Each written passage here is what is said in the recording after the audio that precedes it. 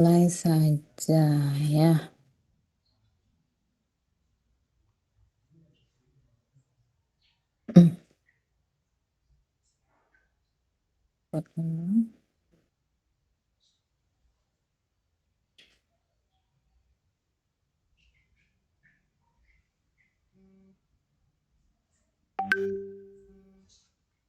Oke, di sini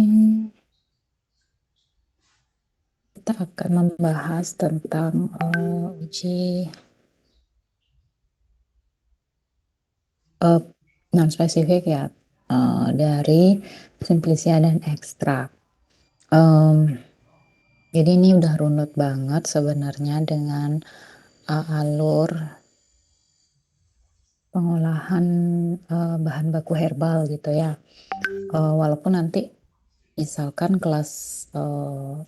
misalkan kelas A yang non spesifik, yang B yang spesifik misalkan, itu juga runut sebenarnya ya. Jadi nggak masalah. Jadi nggak harus dapat ini dulu baru uh, bisa melanjutkan ke materi yang lain, itu nggak juga. Tapi yang kalau GAC, kemudian pengelolaan pasca panen, itu mungkin sebaiknya memang diurutkan supaya nyambung gitu ya, biar nggak bingung nanti alur ceritanya gitu. Oke. Kemarin berarti kalian sudah memahami gimana sih caranya mendapatkan simplicia yang terbaik gitu ya. Nah, kita kan nggak tahu atau kalian nggak tahu itu simplicianya bermutu, baik atau enggak gitu ya. Jadi kita perlu melakukan konfirmasi atau mengecek melalui uji-uji, serangkaian uji-uji dengan beberapa parameter uji, baik itu pada ekstrak maupun pada simplicia, gitu ya. Oke, jadi di sini topik yang akan kita bahas jenis parameter uji non spesifik apa saja, kemudian fungsinya apa saja, gitu ya. Jadi kalau kita melihat secara menyeluruh ya, secara holistik, bahwa nanti pengembangan obat herbal tentunya harus melalui pengawasan oleh BPOM gitu ya. Jadi obat tradisional atau skup dari pengawasan BPOM itu selain obat dan makanan, itu juga ada obat tradisional atau kosmetik berbasis herbal itu juga ya. Nah, di mana bahan bakunya obat bahan alam tentunya ya tanaman ataupun baik itu daratan ataupun dari laut, yang tentunya harus memenuhi kualifikasi, harus aman, bermanfaat dan bermutu gitu. Nah, taunya dia bahan bakunya kita itu aman, bermanfaat dan bermutu itu gimana sih caranya kita tahu? Gitu ya. Intinya adalah BPOM ini ingin menjamin bahwa obat, makanan, obat tradisional, kosmetik bahan alam yang sampai ke masyarakat itu ini ya, aman, bermanfaat, dan bermutu.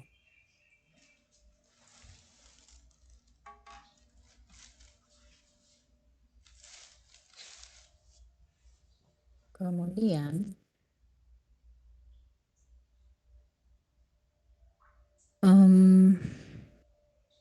nah, dalam pengembangan obat bahan alam dapat kita mulai dari pengetahuan pengobatan tradisional atau etnofarmakognosi. Jadi di Indonesia kan banyak kearifan lokal di masing-masing provinsi mungkin ya, atau di masing-masing pulau itu memiliki ciri khas tanaman, kemudian warisan budaya, kearifan lokal berkaitan dengan pengobatan tradisional itu juga ada. Ya, tentunya disesuaikan dengan tanaman obat yang mampu tumbuh di sana, seperti itu. Jadi kita memiliki, pengobatan secara turun-temurun atau pengobatan tradisional yang menggunakan tanaman obat sebagai bahan, aktif utama gitu ya, sebagai bahan baku. Tentunya kalau penggunaan obat tradisional secara turun-temurun pastinya sudah jangka waktu lama ya, dan dinyatakan itu aman. Jadi unsur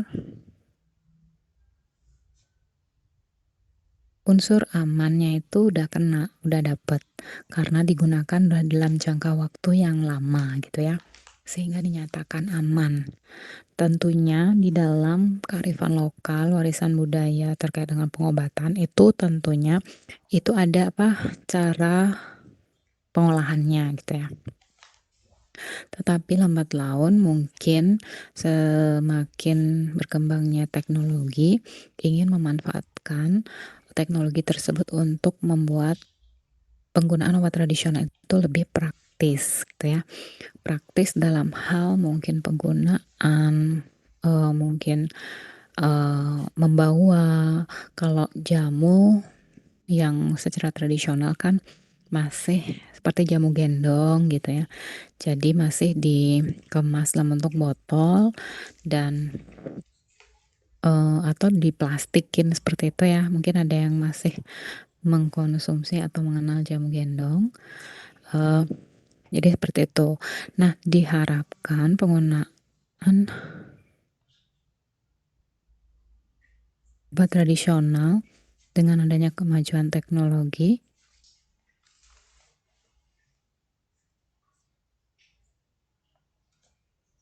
itu tunggu sebentar, saya ada tamu ya, bentar loh ya.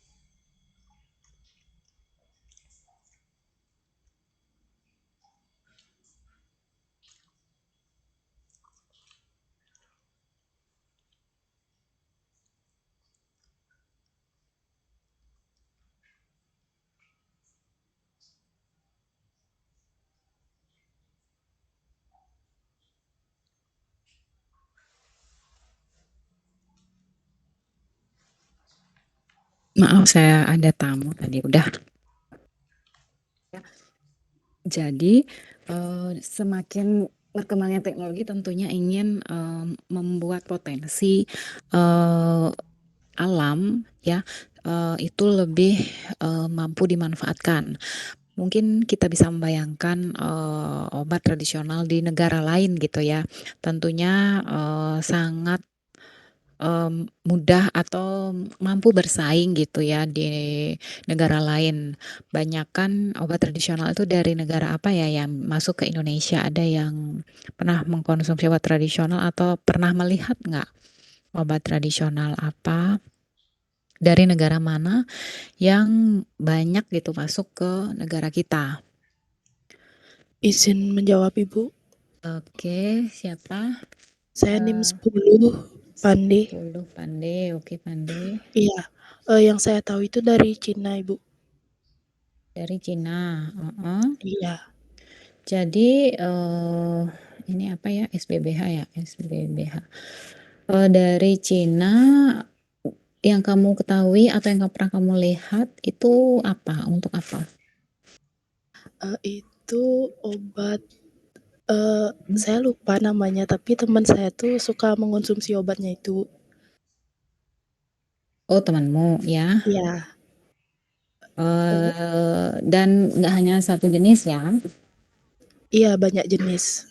Dia tuh Mungkin kayak percaya gitu loh sama obat-obatan Cina karena, eee, apa, manjur gitu di dia, Bu. cocok dengan gitu ya. Iya, Jadi terus digunakan dalam jangka waktu lama ya. Maksudnya repeat order kayak gitu ya. Dia itu punya stoknya tapi nggak selalu digunakan, Hmm. pas dia sakit aja digunakan.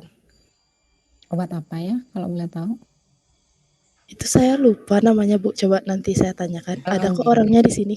Ya, ada orang yang di sini. Maksudnya teman seangkatan. Iya, Pevita, Ibu. Oh gitu.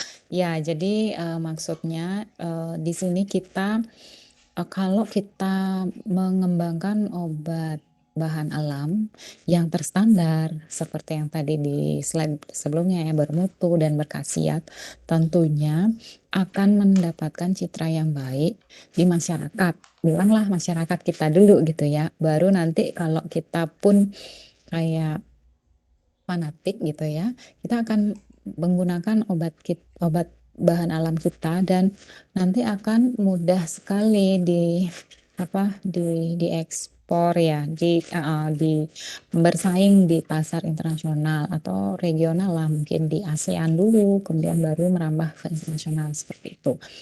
Jadi itu sih yang diharapkan jika bahan baku kita itu terstandar. Terstandar itu apa sih gitu ya? Dan salah satunya itu adalah topik yang hari ini kita akan bahas, yaitu standarisasi non spesifik gitu ya. Dan tentunya minggu depan ada standarisasi spesifik gitu ya. Entah sama saya atau dengan Pak Tungrai ya. Jadi dua hal ini yang harus terpenuhi sehingga diharapkan obat bahan alam ini memiliki khasiat, kemudian aman dan bermutu gitu ya. Jadi kearifan lokal seperti ini yang di slide, kearifan lokal kelihatan nggak sih? Saya kursornya mungkin perlu pakai ini.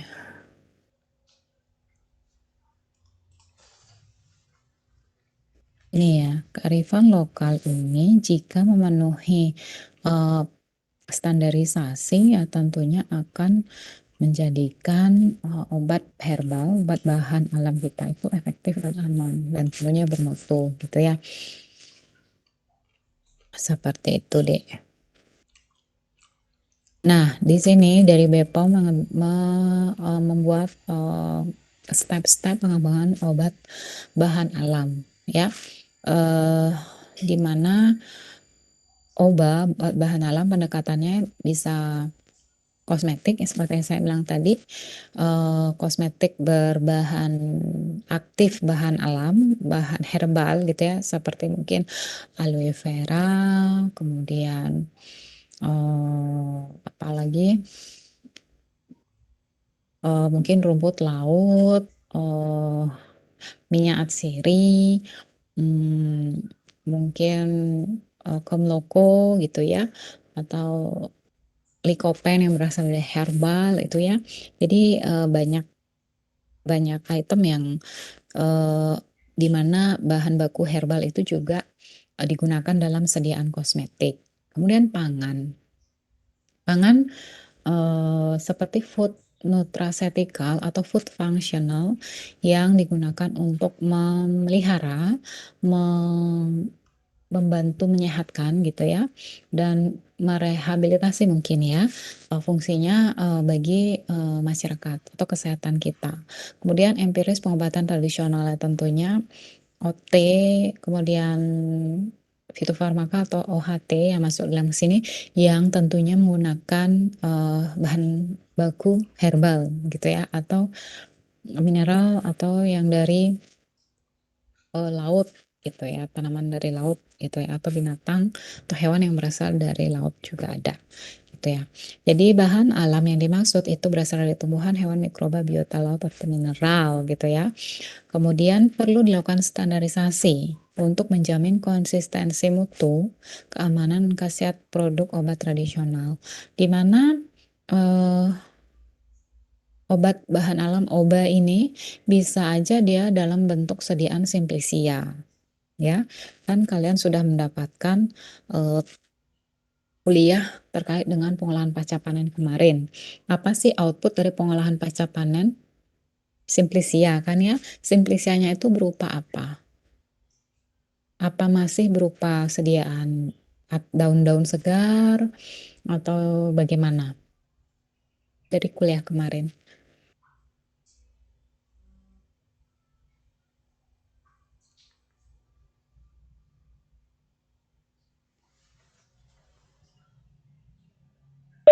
Izin masuk Ibu. Nggih? Dari kemarin itu kebanyakan bapaknya bahas lebih ke obat yang sudah menjadi simplisia atau Bu, sudah menjadi sediaan Ibu. Oh ya, dalam bentuk apa dia? Basah, kering, atau serbuk, atau apa? Serbuk Ibu. Oh, kering ya, berarti ya. Nggih Ibu. Nggih. Jadi, simplis yang dimaksud di sini adalah bahan alam, baik itu tumbuhan, hewan, mikroba, biota laut, ataupun mineral yang sudah diolah menjadi bahan berupa simplisia yang kering. Kenapa dikeringkan? Karena untuk memperlama mungkin ya stabilitas dari simplisia itu, supaya ketika proses penyimpanan, pendistribusian, dan sampai penggunaan pada konsumen itu diharapkan masih baik ya, masih baik mutu, kemudian keamanannya, komponen-komponen yang ada di dalam simplisia itu tidak berubah menjadi senyawa lain sehingga mengurangi keamanannya ya. Jadi diharapkan tetap aman dan tentunya bahan aktif yang memang bertanggung jawab terhadap aktivitas farmakologi yang diharapkan dari simplisia itu masih terjaga sehingga masih berkhasiat gitu ya. Nah, dari simplisia ini bisa diolah dalam bentuk ekstrak ya dengan proses ekstraksi.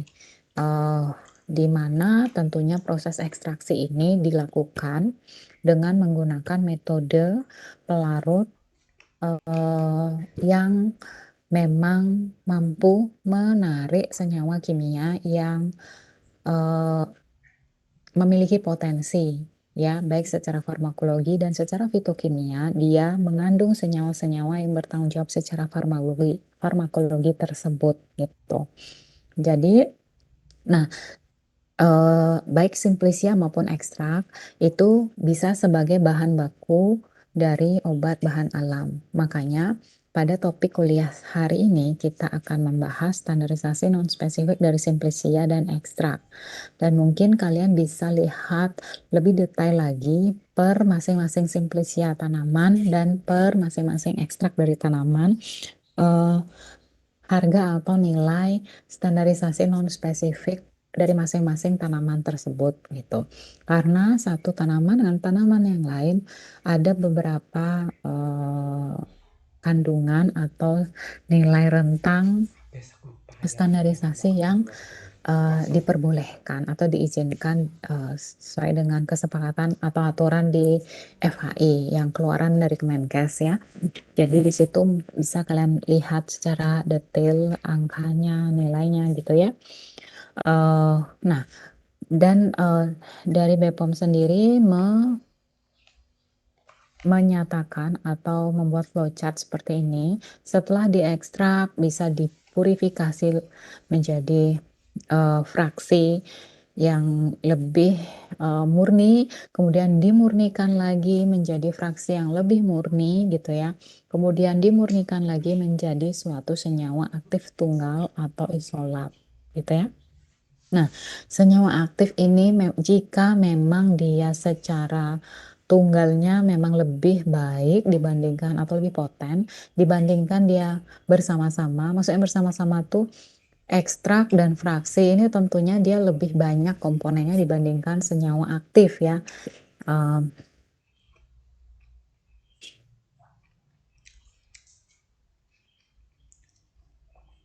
Yang ini tentunya dia lebih banyak komponennya dibandingkan senyawa ini ya. Nah, apakah dengan senyawa tunggal ini dia tunggal itu lebih poten nggak aktivitasnya dibandingkan ekstrak atau fraksi? Jika memang lebih poten, tentunya berpeluang untuk dibuat suatu sintesis. Kenapa? Karena Jika kita lihat dari proses ini, misal kita ekstraksi di sini 10 kilo ya, 10 kilo Simplicia gitu ya. Oh saya salah ya harusnya. Ini caranya ngeback ini. Ah, ini maksud saya. Di sini misalkan 10 kilo Simplicia gitu ya. Semakin ke atas tentunya jumlah senyawa yang didapatkan itu akan semakin sedikit, sangat sedikit. Berkurang sangat banyak. Misalnya dari Simplicia dapat 10 kilo. Kemudian dari ekstraksi kita dapat cuma sekilo gitu ya. Kemudian dari ekstrak ke fraksi kita hanya dapat 10%-nya gitu ya. Kalau 10%-nya berarti 100 gram gitu ya. Ini lagi 10%-nya kita hanya dapat 10 gram. Apakah ini akan dapat 1 gram? Itu udah bagus banget. Bisa aja lebih kecil dari 1 gram itu sangat mungkin ya. Nah, tentunya ini akan semakin ke kanan dia jumlah rendemen atau jumlah yang akan diperoleh itu semakin sedikit. Tentunya dari 10 kilo Simplicia yang segar, yang kering ini ya, itu awalnya berapa? Berapa kilo? Tentunya mungkin dari 100 atau 500, 50 gitu ya. Kita anggap setengahnya menjadi kering gitu ya. Nah, tentunya untuk mendapatkan 1 gram senyawa aktif dari 100 kilogram tanaman segar, itu berapa tanaman sih yang diperlukan untuk diambil misal seperti itu. Tentunya masih perlu upaya dalam hal budidaya gitu ya, supaya tanaman itu tidak punah gitu ya. Atau jika ingin kalau budidaya, oke kalau tanamannya hanya butuh tumbuh dalam kurun waktu kurang lebih dari setahun. Kalau tanaman itu perlu tumbuh dalam kurun waktu 10 tahun gimana? Kan proses penyediaan bahan bakunya sangat lambat gitu ya. Nah, jika memang dia senyawa aktif tunggal ini dia lebih poten dibandingkan dengan yang lebih di sebelah kiri ini, ya mungkin peluang besar untuk dilakukan proses sintesis gitu ya bisa ke arah sana jika memang potensi dari senyawa aktif tunggal ini lebih besar dibandingkan dengan dibuat dalam bentuk ekstrak. Tetapi jika lebih poten dia ekstrak, karena ekstrak itu adalah senyawanya kan banyak ya, crude gitu ya, banyak. Mungkin ada golongan terpen, flavonoid, tanin, dan lain sebagainya. Itu saling bergotong royong atau bersinergi gitu ya, berkolaborasi, saling mendukung aktivitasnya. Itu kemungkinan ada ya, terjadi seperti itu.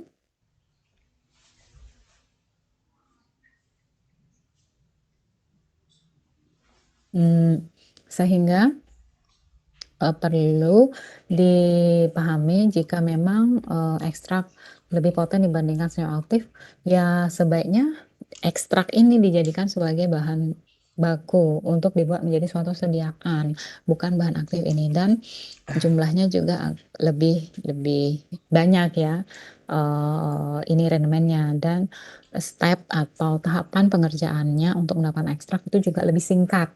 Misal dari ini ke ini cuman perlu dua step gitu ya. Kalau dari ini ke sini kan perlu 2, 3, 4, 5 step yang tentunya memerlukan peralatan dan bahan yang lebih banyak seperti itu ya. Itu ke arah sana pola pikirnya. Kemudian bisa dilakukan sintesis sebagai jalan penengahnya supaya tidak panjang prosesnya. Nah, dalam obat konvensional 50-60% produk farmasetikal mengandung bahan alam atau hasil sintesisnya ya. Jadi bahan alam atau senyawa yang terdapat di dalam tanaman itu sebagai penuntun dalam mensintesis suatu senyawa kimia untuk menjadi produk farmasetis. di mana 10-25% obat resep mengandung satu atau lebih kandungan dari bahan alam Tuhan. Nah, contohnya apa sih yang obat atau produk farmaseutikal, obat konvensional itu yang berasal dari tanaman obat? Ada yang tahu?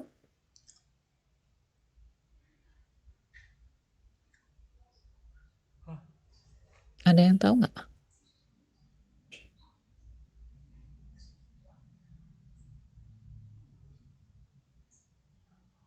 Apa yo? Ada di sekitar kalian sebenarnya ya.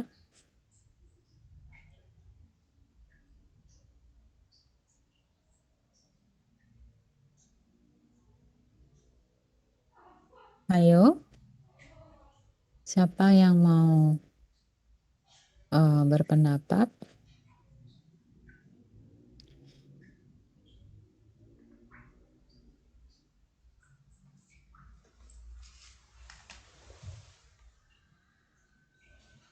Izin masuk Ibu. Iya, siapa?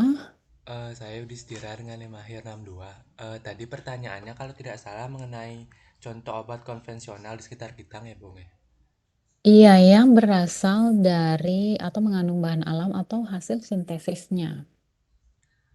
Mungkin kalau izin berpendapat Ibu, mungkin di sekitar lingkungan saya itu banyak yang menjual jamu kunyit eh, dengan ekstra kurkumin di sana banyak dijadikan jadi suplemen kesehatan Ibu, seperti vitamin atau kapsul herbal Ibu.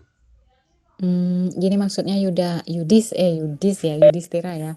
Obat konvensional yang disintesis dari bahan alam gitu. Maksudnya gini, misal Yudhistira nih sebagai peneliti, penemu obat gitu.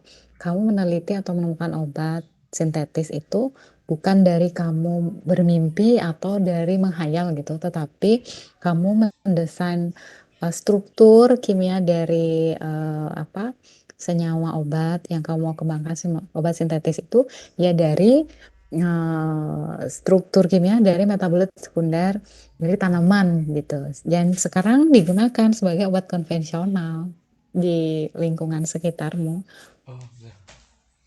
Ada yang tahu nggak?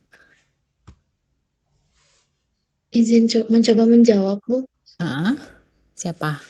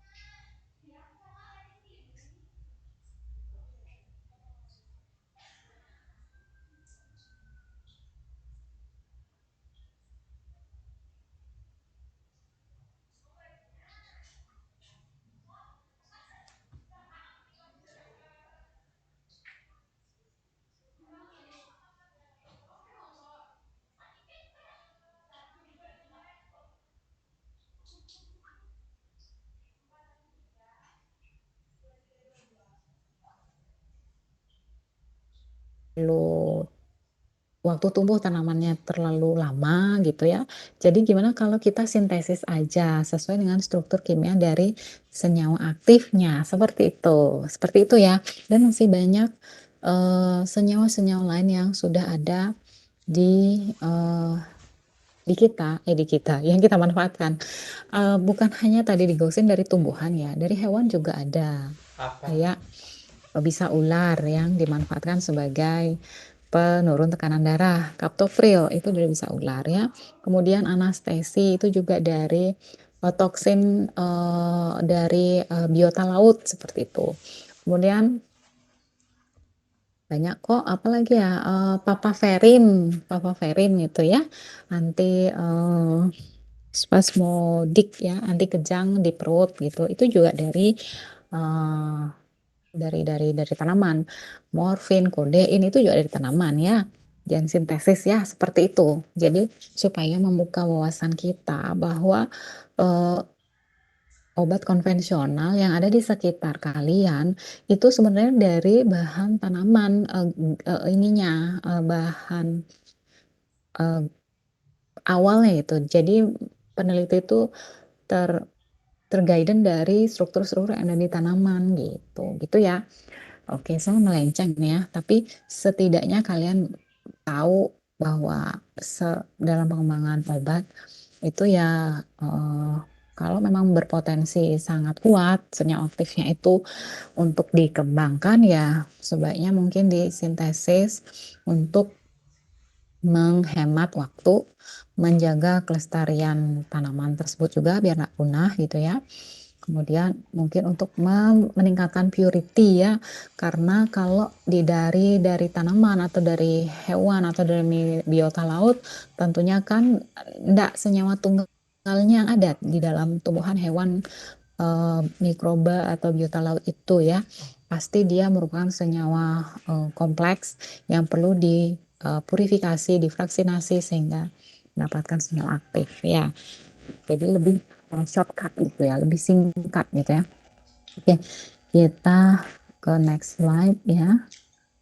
Nah, aspek pengembangan obat tadi, pengembangan obat eh, obat bahan alam itu banyak yang harus diperhatikan ya. Kalau yang ini kan sudah kemarin ya, proses penilaian bahan baku dan pasca panen itu sudah dibahas di 2 minggu sebelum sekarang gitu ya. Kemudian tentunya dalam topik hari ini kita akan menentukan standarisasi di mana aspek pengembangan obat yang perlu diperhatikan tentunya ini potensi kontaminasi. Nah, kalau ini kan udah kemarin ya. Kalau variabel dari material biologi tentunya ini kan bisa dibatasi dengan mungkin ya nanti keberagaman variabel variasi ini ya, variabilitas di variasi material biologi ini ya sangat mungkin terjadi karena lokasi tumbuh, kondisi geografis, iklim dari eh, di Indonesia ya itu sangat berbeda. Jangan kan di Indonesia, di Bali saja tumbuh di Bukit misalkan, Bukit Jimbaran, tumbuh di Denpasar, tumbuh di daerah yang lebih dingin lagi di Bedugul, mungkin tumbuh di Kintamani itu akan menghasilkan material biologi yang berbeda gitu ya. Tentunya ini nanti akan distandarkan gitu ya. Distandarkan jika kita sudah standarkan pasti ya sama gitu ya. Diharapkan sama sama sama keterangannya juga sama gitu ya. Kemudian kompleksitas dari komposisi sediaan. Hmm, Karena di dalam satu bahan tanaman, itu satu tanaman aja komponennya banyak. Apalagi kalau kita menggunakan beberapa tanaman yang berbeda gitu ya. Jadi eh, harus semua komponen tanaman itu harus distandarkan. Kemudian kandungan senyawa aktif. Hmm, Efek farmakologi tidak dapat dikaitkan hanya dengan konstituen kandungan senyawa tunggal, namun juga berasal dari ekstrak-ekstrak aktif. Tadi yang saya katakan, apakah dari ekstrak yang mengandung banyak komponen itu lebih baik dibandingkan yang tunggal karena dalam suatu efek farmakologi itu pastinya ada andil dari banyak komponen senyawa yang ada di dalam bahan baku kita baik itu ekstrak ataupun simplisia. Apalagi ekstrak dan simplisia itu masih bahan baku yang belum dilakukan penetrasi apapun, belum dilakukan suatu tindakan apapun sehingga dia masih murni itu totalan gitu ya. Belum kita exclude senyawa tertentu gitu ya. Jadi masih total. Kemudian metode ekstraksi sangat berpengaruh. Ya, seperti yang tadi juga dibahas, bahwa pemilihan metode ekstraksi tentunya akan berpengaruh dengan senyawa yang tertarik atau tersari dari tanaman atau dari bahan baku itu. Ya, selain itu juga mungkin adanya pengotor-pengotor lain yang juga mungkin bisa terekstraksi. Potensi kontaminasi, kontaminan mempengaruhi kualitas produk obat tradisional seperti mikroba, cemaran logam berat, cemaran pestisida. Ya, ini sangat mungkin juga apabila mikroba misalkan proses pengolahan pasca panennya kurang baik gitu ya. Sehingga menjadi media pertumbuhan mikroba. Logam berat, misal berkaitan dengan tempat tumbuhnya. Jika ada cemaran lingkungan gitu ya di tempat dia tumbuh, pasti akan mempengaruhi nilai dari cemaran atau residu logam berat yang ada di dalam bahan baku herbal kita. Kalau pestisida ya tergantung dari ini ya, gimana dia melakukan penanamannya, apakah dia menggunakan pestisida organik atau anorganik yang bisa mempengaruhi purity dari si bahan baku gitu. Kemudian tentunya hal-hal tersebut di atas itu harus dikendalikan ya untuk menjamin kualitas dari si bahan baku yang akan kita gunakan sebagai bahan baku obat bahan alam gitu ya. Nih, prinsip standarisasi obat, dia merupakan serangkaian parameter, prosedur, dan cara pengukuran yang hasilnya merupakan unsur-unsur terkait dari paradigma mutu kefarmasian, di mana mutu itu diartikan sebagai syarat standar, baik kimia, biologi, dan farmasi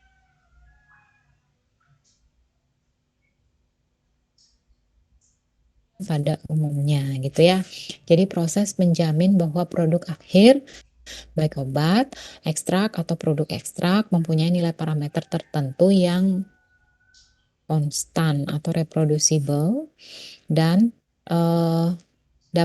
ditetapkan dirancang dalam formula yang jika diproduksi berulang dia mampu sama kembali, atau jika misal kita buat sekarang kemudian ada repeat order sehingga kita perlu produksi lagi, itu sama dengan yang kita produksi pertama, seperti itu.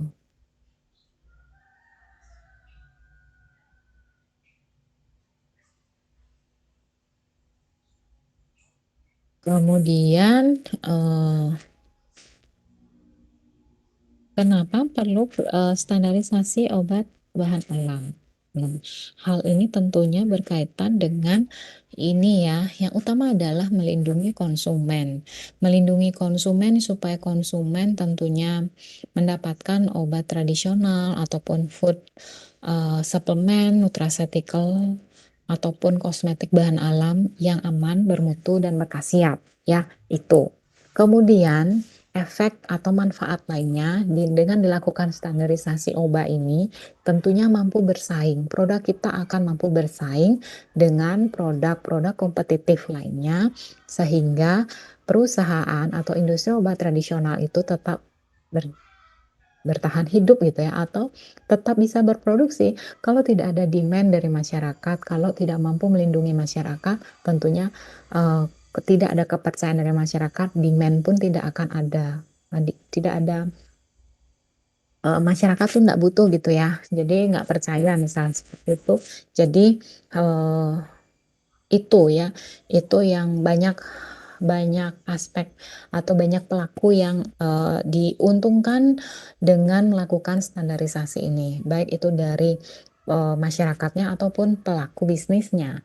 Jadi masyarakat tetap baik-baik saja, aman, dan berkhasiat, sehingga efektif gitu ya obat yang dihasilkan oleh industri. Selain itu industrinya juga mampu bertahan hidup, dia bisa berkompetisi dengan produk yang sejenis gitu. Mungkin bisa juga memperluas ininya ya, memperluas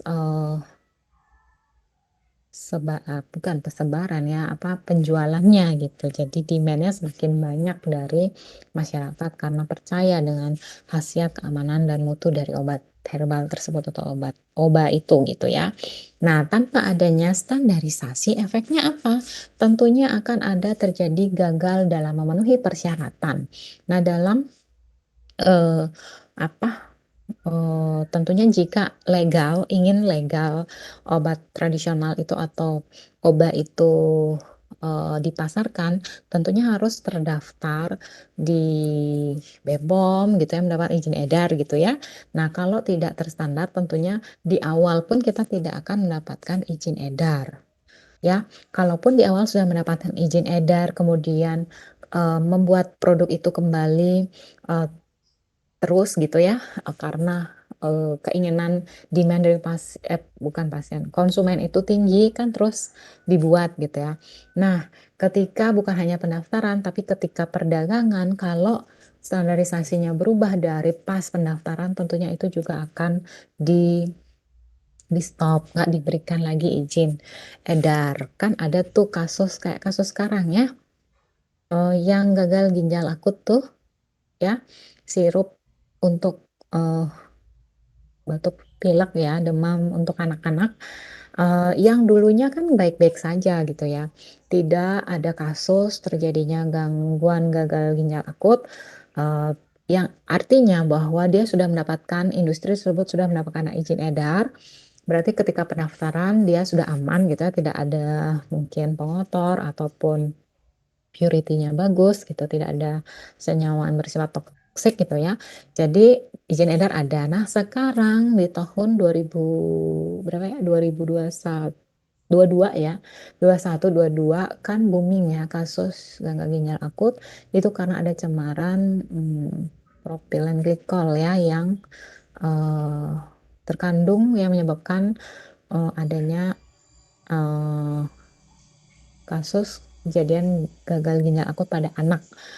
Nah, sehingga batch-batch tertentu yang mengandung eh, kandungan propilen glikol yang melebihi ambang nilai maksimal itu yang di ban ya, tidak boleh diedarkan dan ditarik mungkin ya. Bukan hanya di ban tapi ditarik juga, nggak boleh berada di pasaran gitu ya. Nah, seperti itu konsekuensinya jika tidak adanya standarisasi. Kemudian peningkatan risiko kesehatan, di mana kehilangan kepercayaan dari masyarakat, kehilangan kepercayaan dari ya dari masyarakat lah ya. Kemudian meningkatkan efek yang tidak diinginkan, meningkatkan efek seperti yang kemarin, meningkatkan efek gangguan atau masalah pada ginjal. Sehingga produk itu tidak reproducible dan tidak bermutu, seperti itu jadinya. Ya, kira-kira gambarannya seperti itu. Kenapa sih kita perlu melakukan standarisasi? Itu ya. Jadi dilakukan standarisasi supaya tiga aspek ini, kualitas, khasiat, dan keamanan itu terpenuhi gitu ya. Kira-kira seperti itu. Jadi paham ya? Maksudnya ada gambaran ya?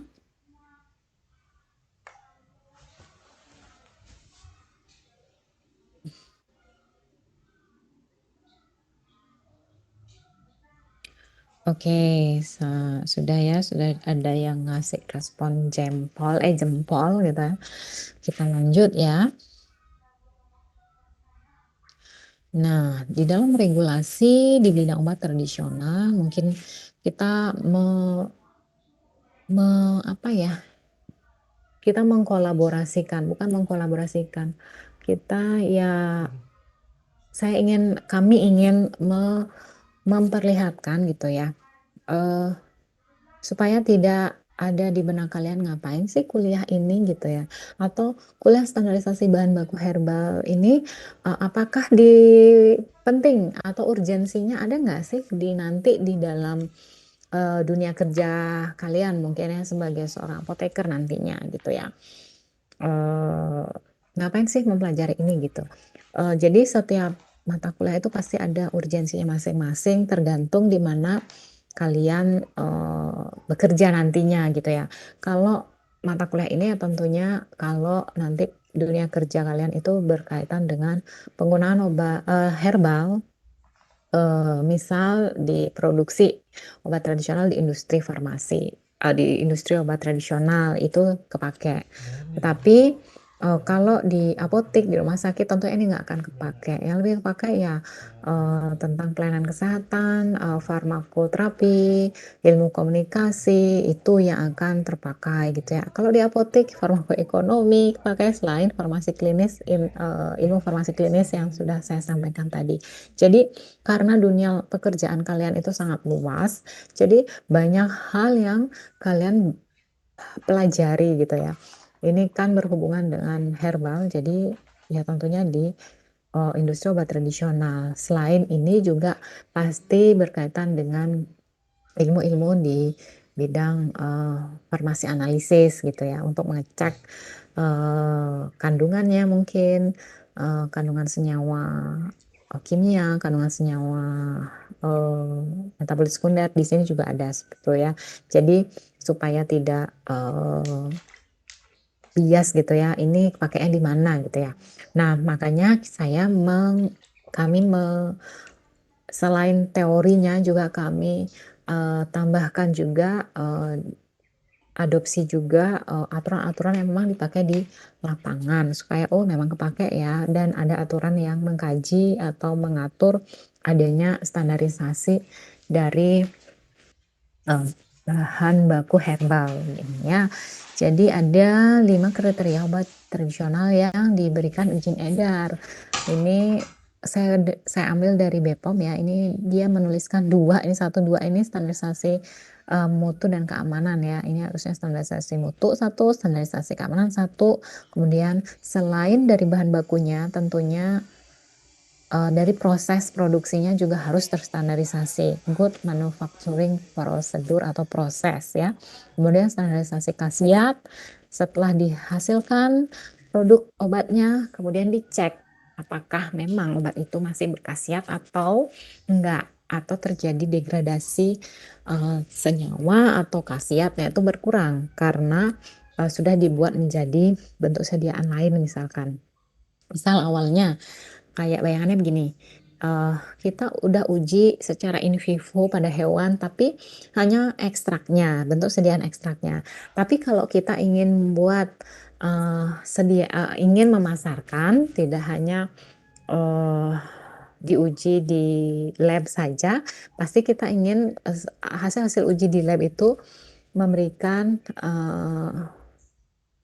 hasil dalam hal manfaat kepada masyarakat yang jika dikonsumsi oleh masyarakat tentunya bukan dalam bentuk ekstrak cair gitu ya, yang tentunya harus diubah menjadi sediaan apa pil, sirup atau kapsul seperti itu. Nah, dengan adanya rangkaian proses dia menjadi bentuk sediaan pil, sirup atau kapsul atau bentuk-bentuk lainnya, bentuk sediaan lainnya, apakah masih berkhasiat? Itu perlu distandarisasi khasiat dan adanya standarisasi penandaan. Nah, di sini penjelasannya ya di sebelah kanannya. Dimana kalau mutu dan keamanan itu menggunakan bahan yang memenuhi syarat keamanan dan mutu, memenuhi persyaratan FHI atau monograf lainnya.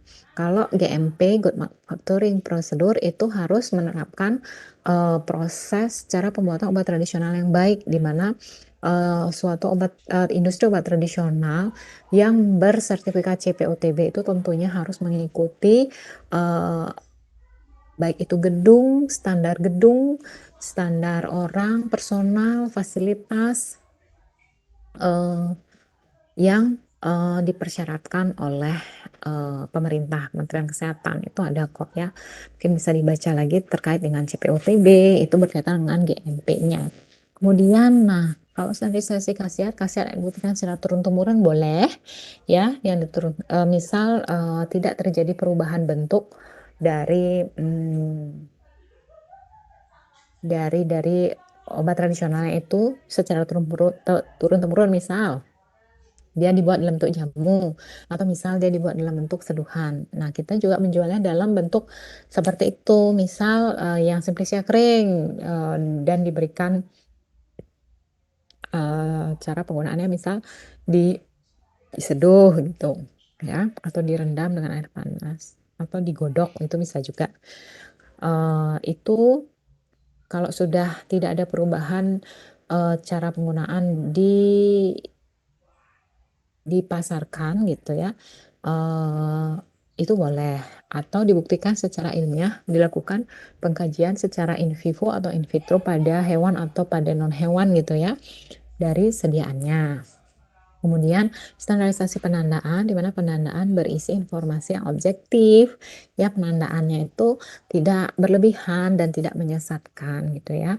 Biasanya kalau obat tradisional itu ya hanya membantu gitu, tidak terlalu hiperbola dalam menyampaikan informasi terkait dengan khasiat gitu ya. Nah, di sini standarisasi keamanan dan mutu itu pasti uji keamanan berkaitan dengan toksisitas. Itu ada BPOM mengeluarkan panduan uji toksisitas non klinis pada secara in vivo. Kemudian persyaratan keamanan mutu bahan baku dan produk jadi itu BPOM juga ada mengeluarkan tentang persyaratan keamanan dan mutu obat tradisional. Kemudian bentuk sediaan dan daftar bahan yang dilarang itu juga ada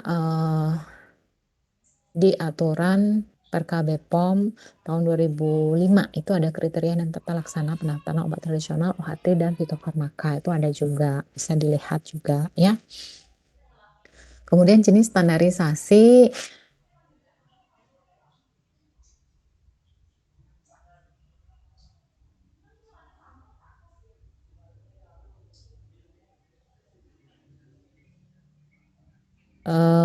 bentar.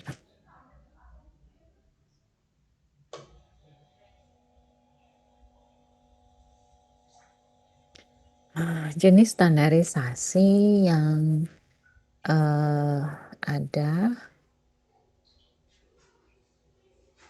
itu standarisasi bahan baku dan standarisasi produk jadi.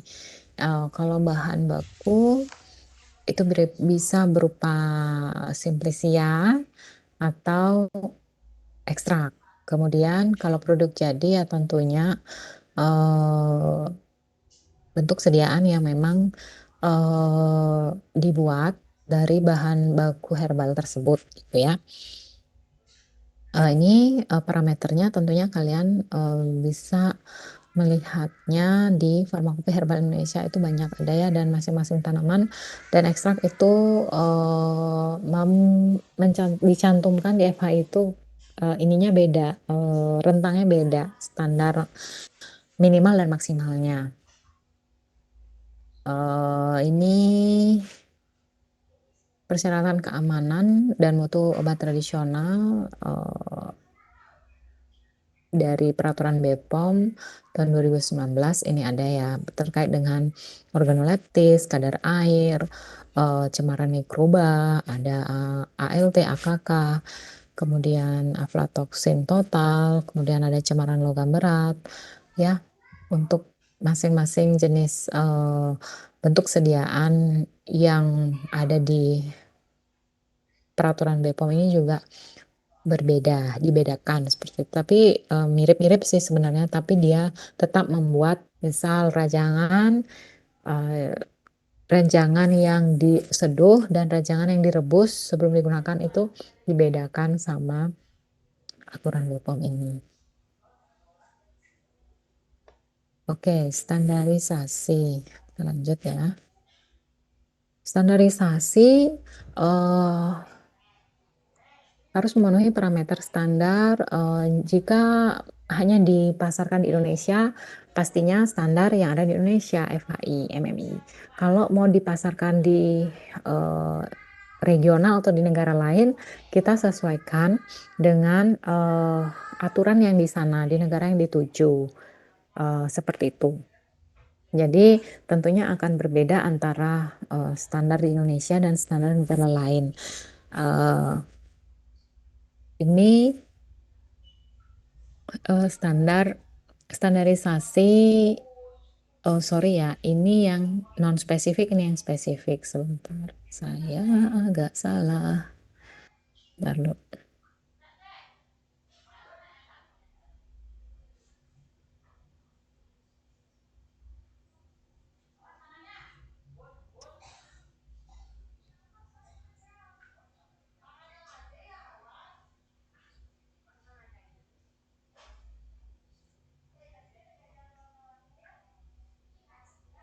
Ini ya, ini yang non spesifik, seperti susu pengeringan, bobot jenis, kadar air, kadar abu, residu pelarut, residu pestisida, cemaran logam berat gitu ya, typo lagi, cemaran mikroba, cemaran kapang, kamir, dan aflatoksin. Ya, itu topik yang akan kita bahas hari ini. Ya, sedangkan yang spesifik mungkin minggu depan ya, entah sama saya atau sama Pak Gung Rai, saya nggak ingat. Itu berkaitan dengan tanamannya gitu ya. Nah, ada yang bisa membedakan enggak? Apa beda spesifik dan non spesifik? Tadi siapa yang ngomongnya?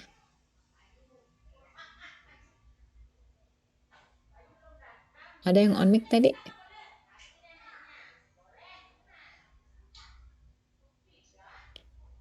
Ada yang tahu bedanya apa?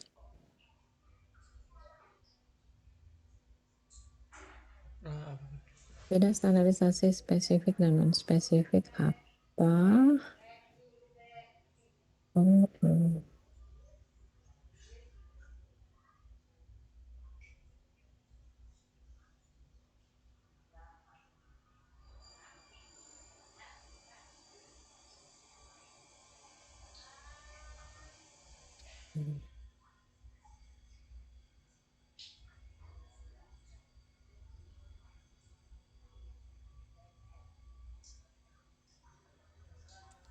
Halo, ada yang tahu nggak?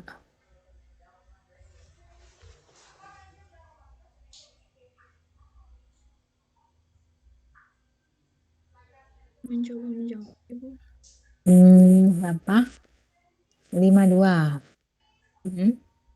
Kalau misalnya saya poin yang Ibu sampaikan ini, kalau misalnya saya bisa sampaikan, kalau dari parameter non spesifik itu mungkin kita standarisasinya itu dari sifat fisiknya dia, kemudian ada cemaran atau enggaknya, kayak itu ada cemaran mikroba atau enggak dari simplisia yang kita gunakan. Kalau misalnya dari kalau parameter spesifik itu mungkin dia tuh lebih spesifik ke setiap simplisia yang kita pakai. Jadi kayak identitasnya ataupun kadar kimia ataupun zat yang kita akan manfaatkan dari simplisia yang akan kita gunakan. Mungkin sekian yang bisa saya sampaikan, Ibu. Oke, Mohon koreksinya. Terima kasih, Ibu. terima kasih. Kak Ade ya.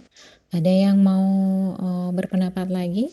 Mungkin satu lagi setuju dengan pendapat Kak Ade? Izin menjawab, Ibu. Octavia ya. Baik, Bu. Terima kasih kesempatannya. Menurut saya, perbedaan dari parameter spesifik sama non spesifik itu, kalau dari spesifik, dia itu lebih dari aspek kandungan kimianya secara kualitatif atau kuantitatif. Di spesifik juga kan dilihat juga ada identitas tanamannya, senyawa terlarutnya, habis itu ada uji kandungan kimianya.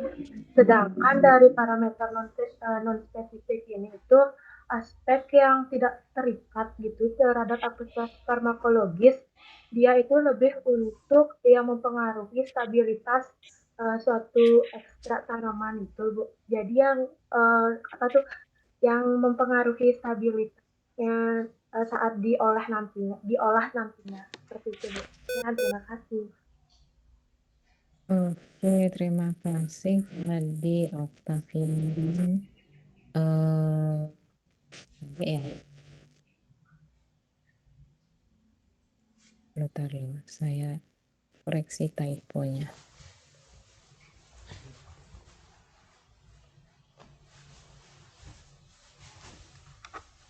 Ya, kalau dilihat dari klasifikasi dan parameter-parameter yang diuji dari kedua hal ini ya, tadi sudah pas yang disampaikan oleh Octavia, bahwa yang spesifik itu berkaitan dengan tanamannya itu sendiri yang memberikan khasiat atau yang bertanggung jawab terhadap khasiat dari suatu efek yang ditimbulkan, gitu ya. Jadi senyawa yang melekat dari tanaman itu, ya, baik itu kuali ataupun kuanti, ya.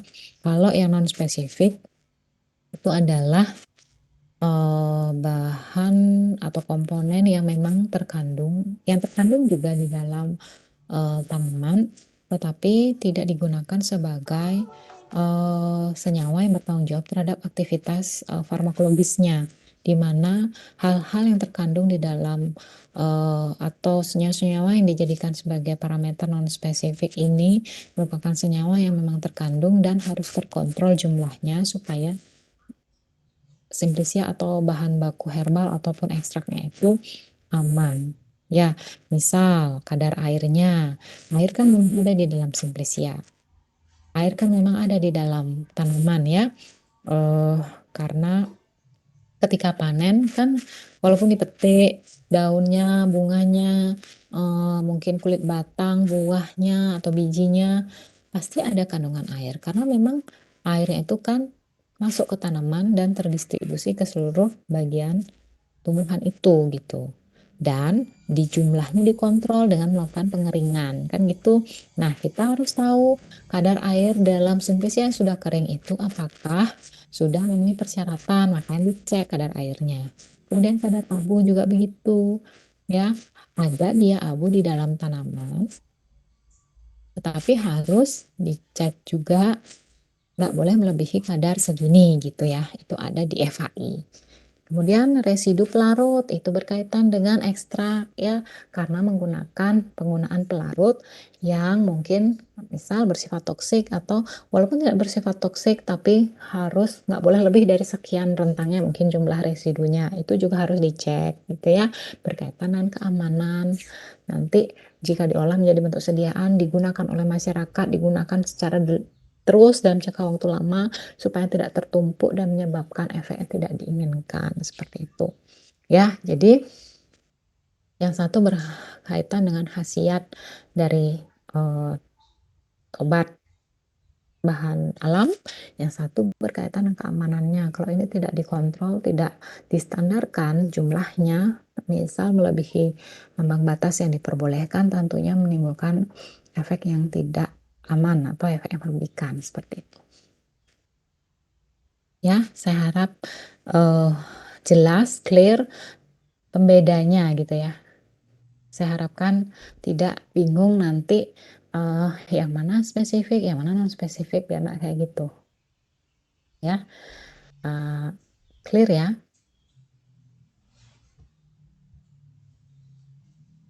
Mohon kasih respon mungkin clear. Oke, jadi bisa membedakan ya antara yang spesifik dan non spesifik ya. Jadi kita bisa lanjutkan.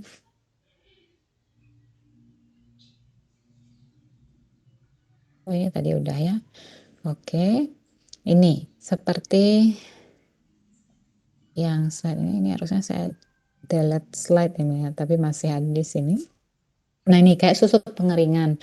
Mungkin ini nanti kita akan membahas satu persatu apa itu susut pengeringan, apa itu pupuk jenis, apa itu kadar air dan sebagainya gitu ya, dan caranya.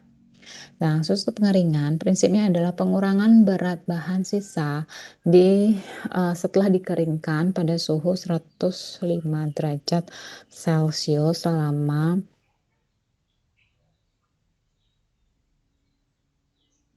30 menit atau sampai konstan. Itu dengan metode gravimetri dinyatakan dalam persen ya. Jadi tujuannya adalah untuk memberikan batas maksimal besarnya senyawa yang hilang dalam proses pengeringan, di mana dinyatakan dalam bentuk rentang. Ini berkaitan dengan kemurnian dan kontaminasi. Artinya di sini dia kalau melebihi nilai rentang yang diizinkan, nilai batas maksnya tentunya akan memperlihatkan bahwa kadar airnya apa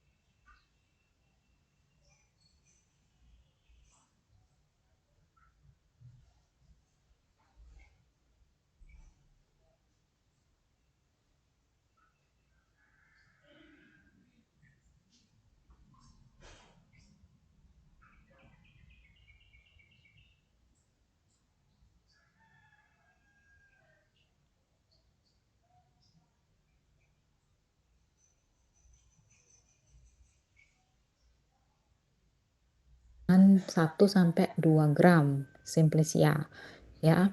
Kemudian diratakan. Maksudnya ditap-tap itu supaya rata. Kemudian panaskan.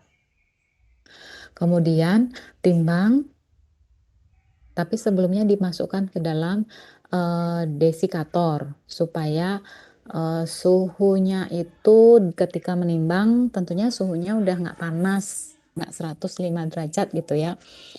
Kenapa dalam desikator? Untuk menghindari adanya uap-uap air tertarik masuk ke botol timbang itu ya. Jadi dilakukan sampai konstan. Dinyatakan konstan, bila mana dinyatakan konstan? Ada yang tahu?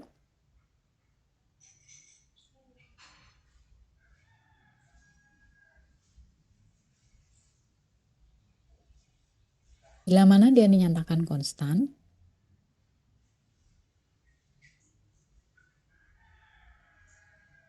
Padahal itu ada tulisannya di situ. Apabila apa Bu? Apabila apa? Yuk. Siapa yang mau berpendapat?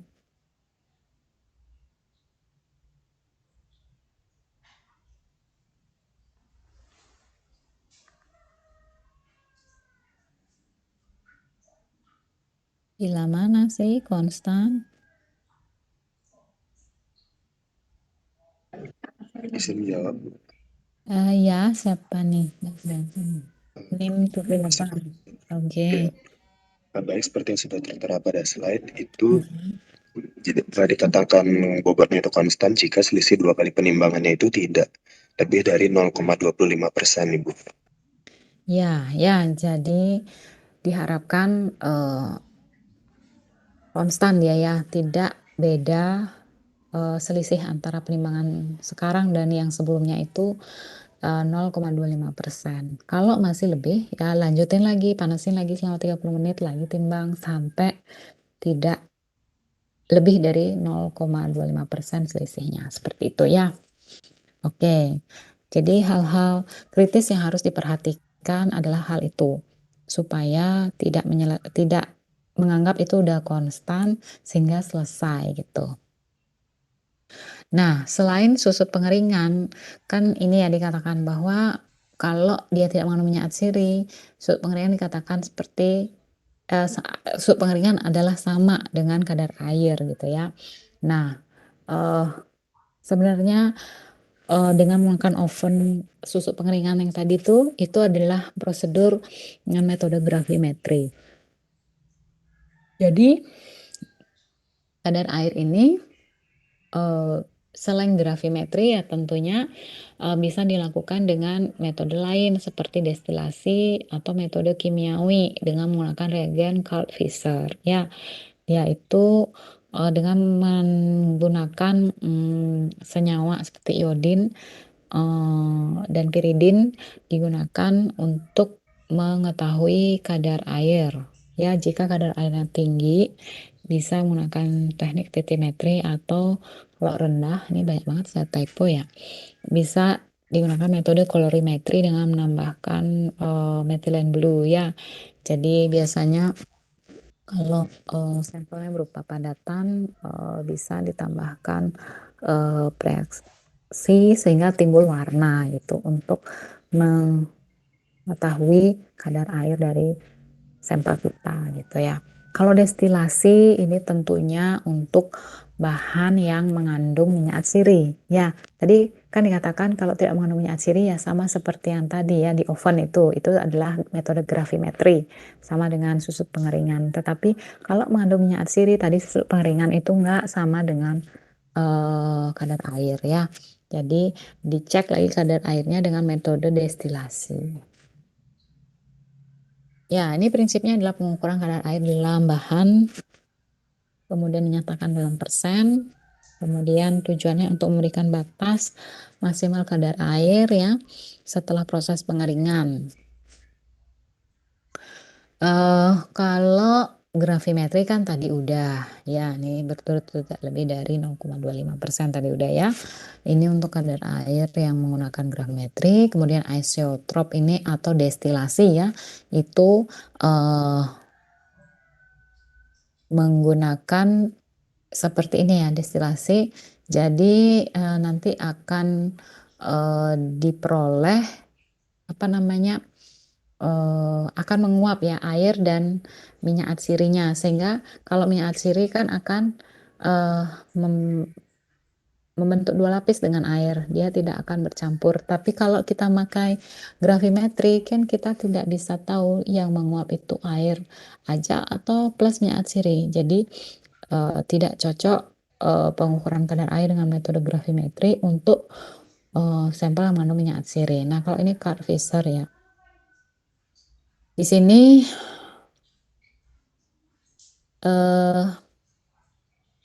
digunakan apa namanya reaksi titrasi air dalam sampel dengan iodin. Tadi dikatakan kalau dia mengandung minyak atsiri jadinya. Kalau dia mengandung kadar air yang cukup tinggi bisa dengan titrasi, atau kalau dia mengandung kadar air yang rendah gitu ya, atau sampel berupa padatan bisa kita tambahkan indikator methylene blue. Jadi kolorimetri timbul reaksi warna gitu ya. Jadi kita memanfaatkan adanya reaksi kimia untuk menentukan adanya air ya, adanya reaksi kimia itu untuk menentukan adanya kandungan air dari sampel kita gitu ya. Ini prosedurnya ya. Jadi air yang terkandung di dalam sampel itu kita tahu dari reagen yang kita tambahkan ya. Jadi metode titrasi itu ya yang sudah kalian dapatkan. Jadi kita memanfaatkan adanya reaksi kimia dari iodin, karena reaksi antara iodin dan ini ya, reduksi iodin oleh SO2 itu karena adanya air. Jadi kalau tidak ada air tidak akan terjadi reaksi ini gitu. Dengan adanya kandungan air, dengan adanya perubahan, adanya reduksi itu menunjukkan adanya kandungan air di dalam sampel gitu ya. Kemudian untuk menentukan bobot jenis. Nah, bobot jenis itu ini alat ini ada sih di lab ya, dengan menggunakan pignometer. Tujuannya adalah untuk menentukan besarnya massa per satuan volume. Ini parameter khusus untuk ekstrak cair sampai ekstrak kental yang dapat dituang ya. Jadi sekental apa gitu ya. Misal bikin ekstrak cair atau ekstrak kental, mungkin bisa dilihat bobot dinilai bobot jenisnya seperti itu ya. Ini cara kerjanya ya. Jadi pignometer ditambah air 25 derajat Celcius, kemudian ditambah ekstrak cair 20 derajat Celcius. Kemudian dilakukan penyesuaian ya, kelebihan ekstrak, jika terjadi kelebihan ekstrak gitu ya, dilakukan penyesuaian jumlah, kemudian timbang pignometer dan ekstrak cair jika sudah sesuai. Kemudian baru dilakukan penentuan bobot ekstrak cair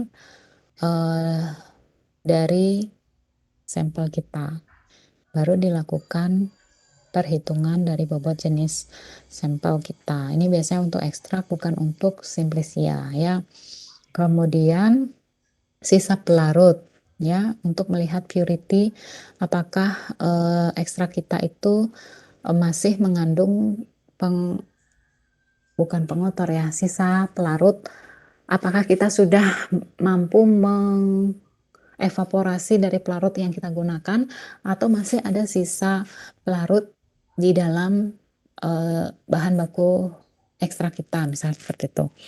Tentunya ini khusus untuk ekstrak ya, yang diekstraksi dengan pelarut. Kalau simplisia kan nggak ada preparasi dengan pelarut, jadi bukan untuk standarisasi non parametrik untuk simplisia.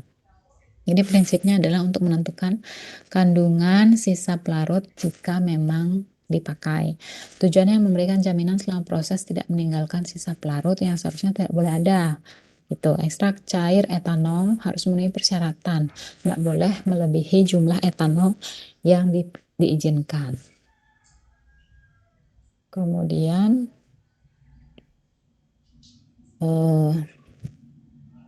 tentunya jika pelarut toksik tuh jumlahnya nggak boleh ada ya, misal pelarut metanol tuh dia toksik kan, atau pelarut organik lainnya.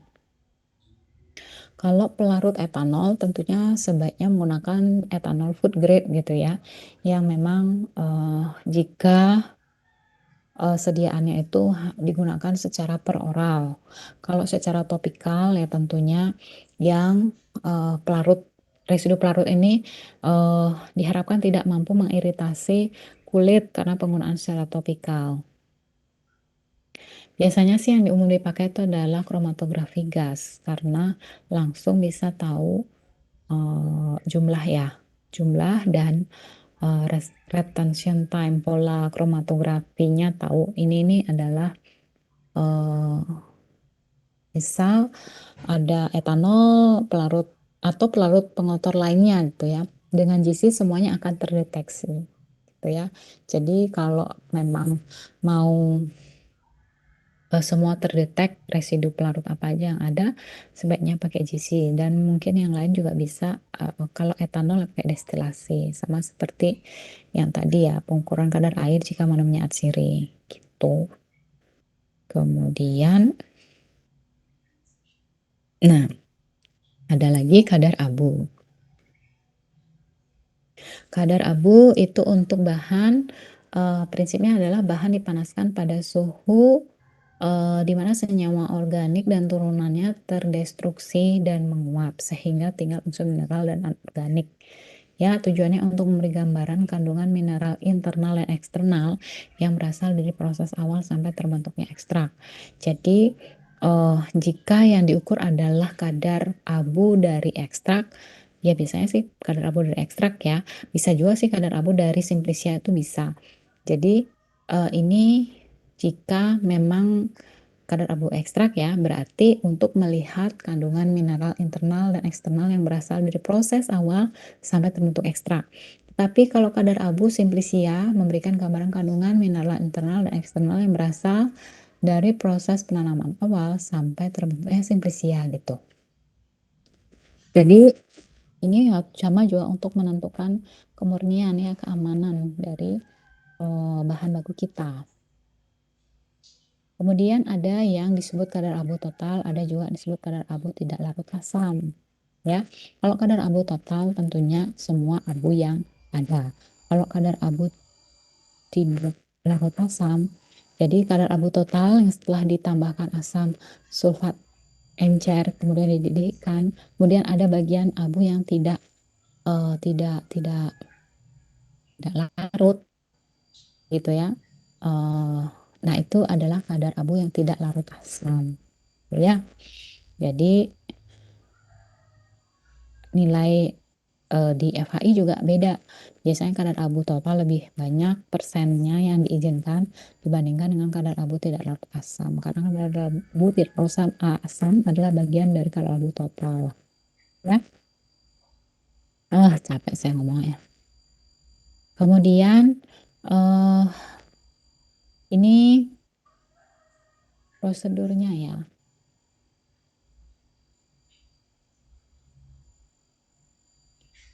Di mana abu yang tadi kan bisa dari mineral, unsur mineral dan organik gitu ya. Dimana biasanya kalau kita melakukan proses pengolahan pasca panen yang tidak baik, misal pada saat pencucian itu masih ada pengotor seperti pasir atau tanah, itu akan menyebabkan kadar abu totalnya juga tinggi ya. Jadi kita juga bisa melakukan cross check bagian mana sih yang pengolahan di tahap mana sih yang kita tidak baik gitu ya, atau tidak baik. Jadi kita bisa mungkin kurangnya di sini, misal di rimpang pasti menempel dengan tanah dan pasir ya. Apakah perlu disikat mungkin rimpangnya gitu supaya tanah-tanah yang menempel itu lebih lepas gitu ya, atau pakai air disemprot bertekanan gitu ya, bukan hanya direndam seperti itu. Mungkin bisa dijadikan sebagai evaluasi dari tahapan pencucian itu. Tahapannya gimana, caranya gimana, simplician dan ekstrak masing-masing sebanyak 2 gram ditimbang dan dimasukkan dalam krus silikat, kemudian dipijarkan. Kemudian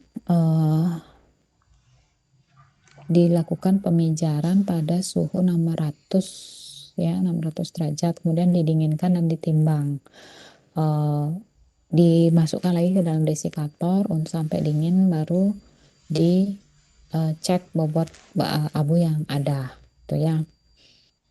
Nih ya, ini perhitungan kadar abu.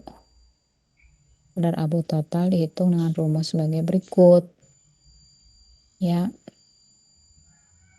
C itu adalah berat cawan plus abu dikurangin berat cawan kosong dibagi dengan berat cawan plus sampel dikali 100%, dikurangin berat cawan kosong dikali 100%. Jadi abu dibagi sampel dikali 100% gitu ya.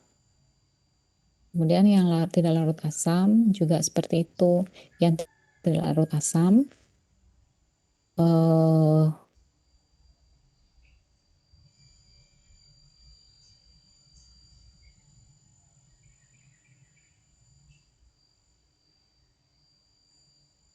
dibagi dengan bobot sampel dikali 100%, seperti itu ya. Nah, di dalam pelarutan bisa dengan asam sulfat atau dengan HCl ya, itu digunakan kertas saring ya, kertas saring yang bebas abu ya, yaitu kertas Wattmann nomor 41 itu biasanya yang dipakai ya, dan air suling sampai bebas klorida itu yang bisa digunakan. Kemudian untuk cemaran logam berat yang dimaksud itu adalah arsen, timbal, kadmium, dan merkuri yang biasanya itu ada karena adanya tempat tumbuh dari tanaman itu berkontaminasi dengan logam berat, mungkin di dekat pabrik atau di dekat jalan raya yang ada transportasi banyak gitu ya. Jadi itu yang menyebabkan terjadinya kontaminasi logam berat, itu juga harus dicek. Tujuannya memberi jaminan ekstrak tidak mengandung logam berat melebihi nilai acuan. Ya, ini ada standarnya menurut BPOM dan menurut SNI ada. Biasanya prosedur yang digunakan pakai spektrometer serapan atom. Kemudian residu pestisida. Ini mungkin juga ada tergantung kalau kita yang menanam sendiri, pastinya kita tidak menggunakan pestisida berlebih atau tidak menggunakan bahan yang merugikan supaya tidak menghasilkan bahan baku yang menghasilkan residu pestisida yang banyak gitu ya.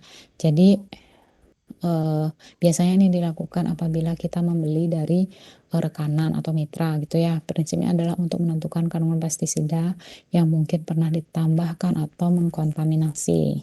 Nah, tujuannya memberikan jaminan sintesis atau ekstrak tidak mengandung pestisida yang berlebihan. Ya, bisa dilakukan dengan KLT atau GC seperti itu ya.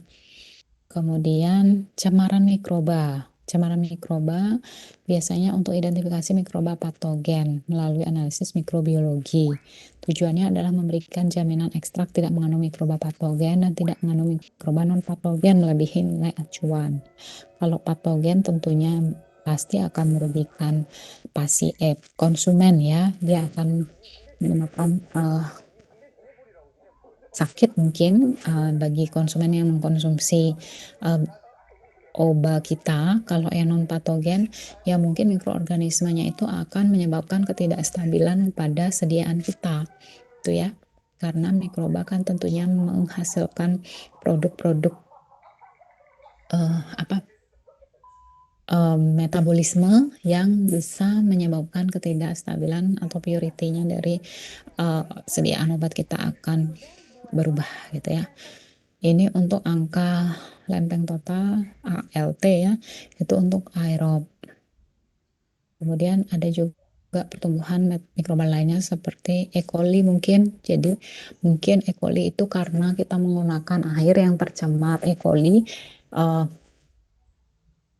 air sumur atau air untuk pencucian yang mungkin tercemar E. coli bisa aja yang terkontam jadinya. Dan itu mungkin tidak ketahuan ya kalau kita tidak melakukan pengecekan.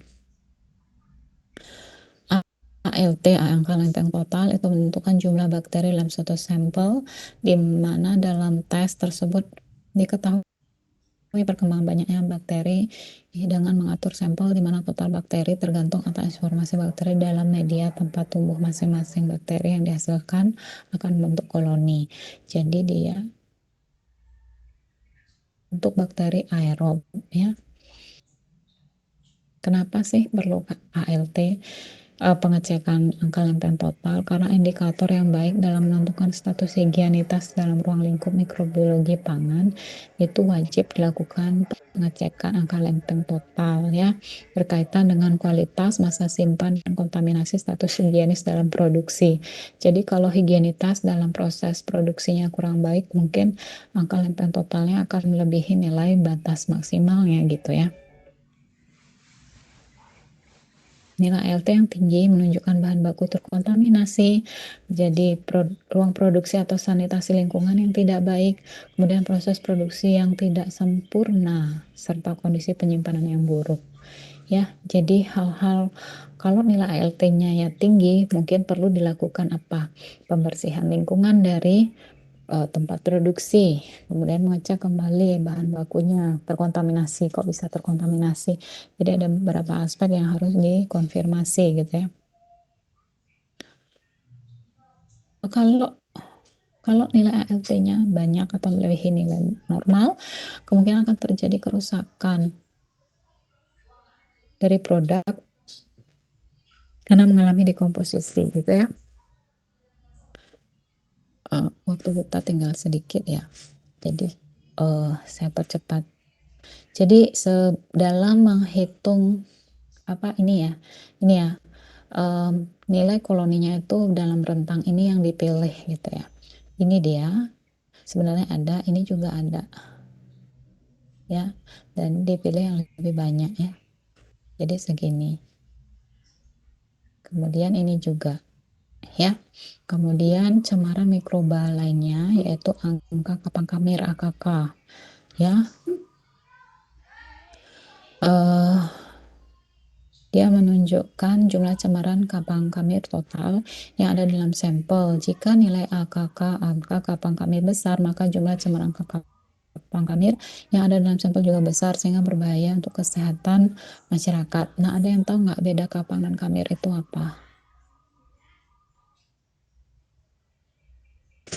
Aduh, sorry. Ada yang tahu nggak angka kapang kamir bedanya apa? Kapang dan kamir bedanya apa? Izin menjawab Ibu. NIM 10 ya? Ya Ibu. Jadi kapang kamir itu kalau kapang sendiri itu fungi yang berfilamen atau mempunyai miselium. Sementara untuk kamir sendiri itu fungi yang bersel tunggal dan tidak berfilamen Ibu. Ya, jadi itu bedanya. Sehingga keduanya itu dicek ya, supaya baik yang berfilamen ataupun yang tidak, total yang dicek gitu ya. Oke, saya banyak banget typo-typonya ya, saya mohon maaf.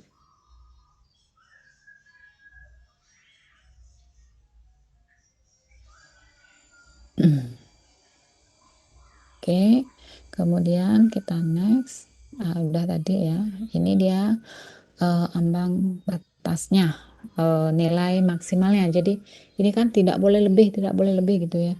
Jadi kalau lebih ya tentunya akan mengakibatkan efek negatif ya bagi produk kita. Ini dia prinsip pengujiannya gitu ya. Tentunya pakai media pertumbuhan media bisa berupa agar gitu ya, agarosa atau media lainnya gitu ya. Kemudian ditumbuhkan, kemudian baru dicek dengan jumlah 25 sampai 250 angka koloninya itu dicek pada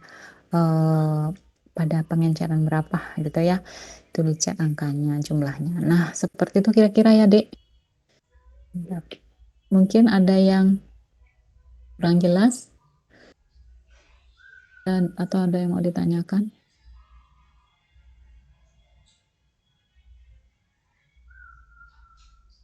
Bentar, Pak.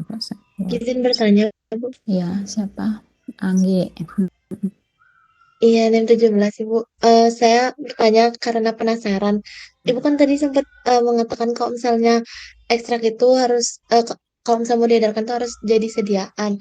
Nah, kalau misalnya dalam ekstrak itu kan ada pelarutnya, misalnya pelarutnya itu etanol. Kalau misalnya jadi sediaan itu, eh, kandungan etanol itu harus dihilangkan atau tidak, Bu, ya, biar aman dikonsumsi? Tadi kan, ya, tadi ada nilai maksimal kandungan etanol. Coba dilihat lagi aturan. Ada aturan maksimalnya berapa sih yang diizinkan? Itu mungkin dilihat lagi ya. Kalau yang metanol dan pelarut organik toksik lainnya itu sebaiknya tidak boleh ada. Karena kalau dia ada tapi sedikit, nanti kalau mengkonsumsi dalam kurun waktu yang lama kan akan numpuk-numpuk gitu ya. Kayaknya kalau etanol food grade itu boleh, tetapi ada batas maksimalnya. Kayak di aturan mana ya itu ya. Di BPOM itu ada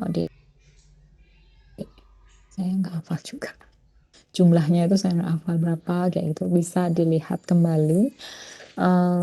Di kriteria biasanya boleh mengandung etil alkohol, tetapi tidak boleh lebih dari sekian gitu biasanya. Gitu ya, di 17 apa sih? 17 Anggi Baik, ya. Ibu. Iya, terima kasih, Bu.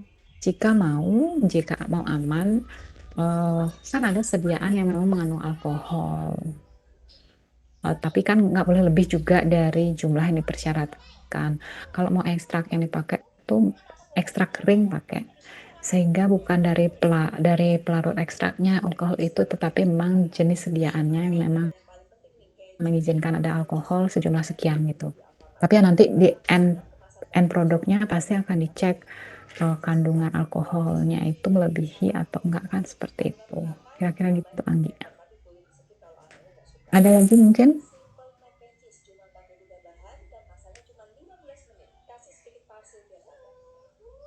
Oh, ada lagi? Kalian di kelas kayaknya atau di mana? Atau di rumah?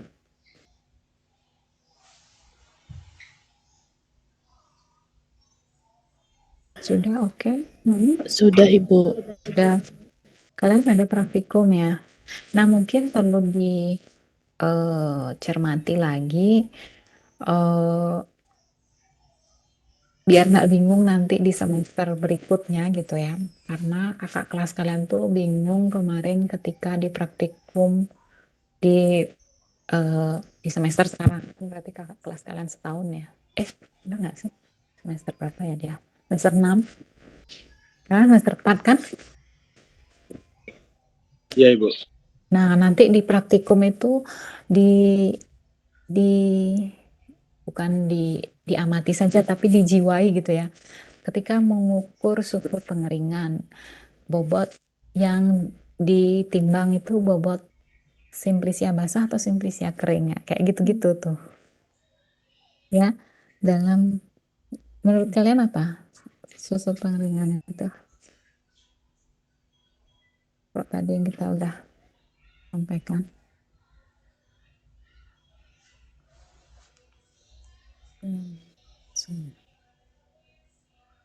Atau nantilah ya ketika kalian mendapatkan topik itu dicermati lagi ya, itu yang basah atau yang kering, karena ketika praktikum kelas kalian itu kayak nge-lag gitu ya, karena Izin, ya mungkin yang ditimbang itu simplisia yang udah kering ya Bu? iya yang kering ya, karena kan hasil pengeringan yang dicek, apakah hasil pengeringannya itu sudah baik nggak gitu. Nah kemarin karena sama seperti kalian kan bikin simplisia dulu, jadi ditimbang simplisia yang basah kemudian baru dikeringkan. Nah itu mereka kayak nge-lag dulu sekian menit gitu ya, ini yang dipakai yang mana ya untuk sudut pengeringan kayak gitu. Nah mungkin mereka nge-lagnya itu kan karena praktikumnya online gitu ya, jadi hanya lewat aja, numpang lewat aja. Nah kalian kan sekarang nggak online ya, jadi mohon itu dapatlah ini soulnya ya, jiwa yang kalian dapat di situ. Oke, mungkin gitu saja dari saya. Silahkan kalau sudah tidak ada yang mau dibahas, kita akhiri ya. Bisa dilanjutkan untuk mempersiapkan kegiatan kalian berikutnya ya. Oke, jam juga saya nggak korupsi banyak waktu ya, jadi kira-kira 2-3 menit lah ini ya.